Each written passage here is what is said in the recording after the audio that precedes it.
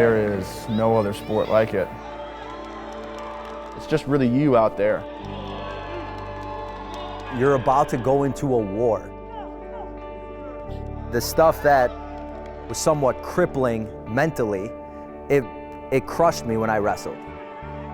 It's hard to have fun in your sport if you're just crippled and riddled with nerves and anxiety. About 15 years ago, I was dealing with some health problems. And I had a really good mentor say, hey, I think it's stemming from here more than anything. He recommended me to this meditation clinic. It was life-changing for me.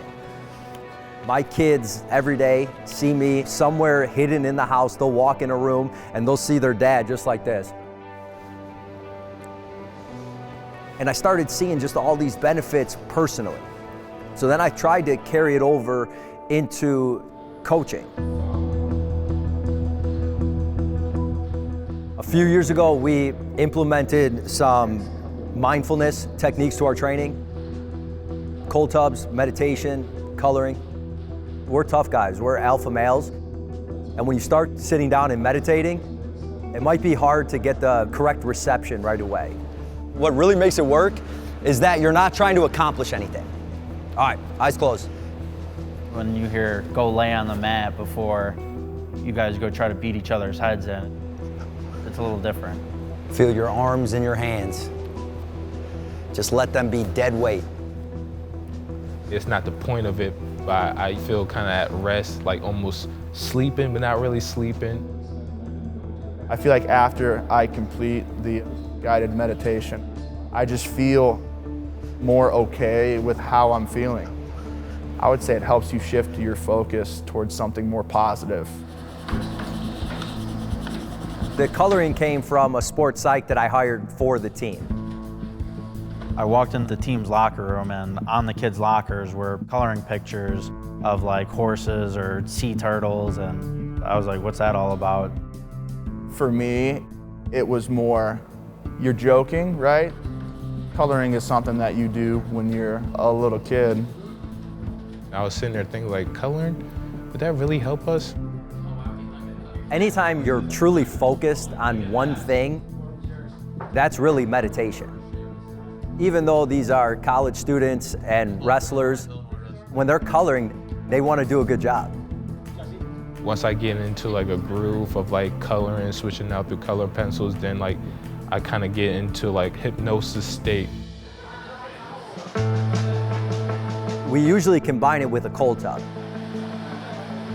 The first time I was looking like at this big old ice bath, and I was just looking at it for like probably like 20 minutes. It was looking back at me, and I was like, man, I don't want to get in this thing. It took me about like probably 40 minutes to do like a 5-minute cold tub. You don't want to warm yourself up after a cold tub. You want to shiver and your body warm itself up. That's where a lot of the benefits come from. So they got this chaos going in their body. They're freezing cold, they want to be warm, and now you got to focus on one thing, and it's coloring.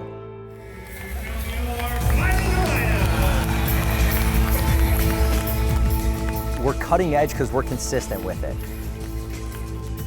There is a little correlation to a wrestling match of your body's going through a lot of stress and you have to stay relaxed and not panic. Kind of feel yourself bouncing around, waiting on the side, ready to go out there.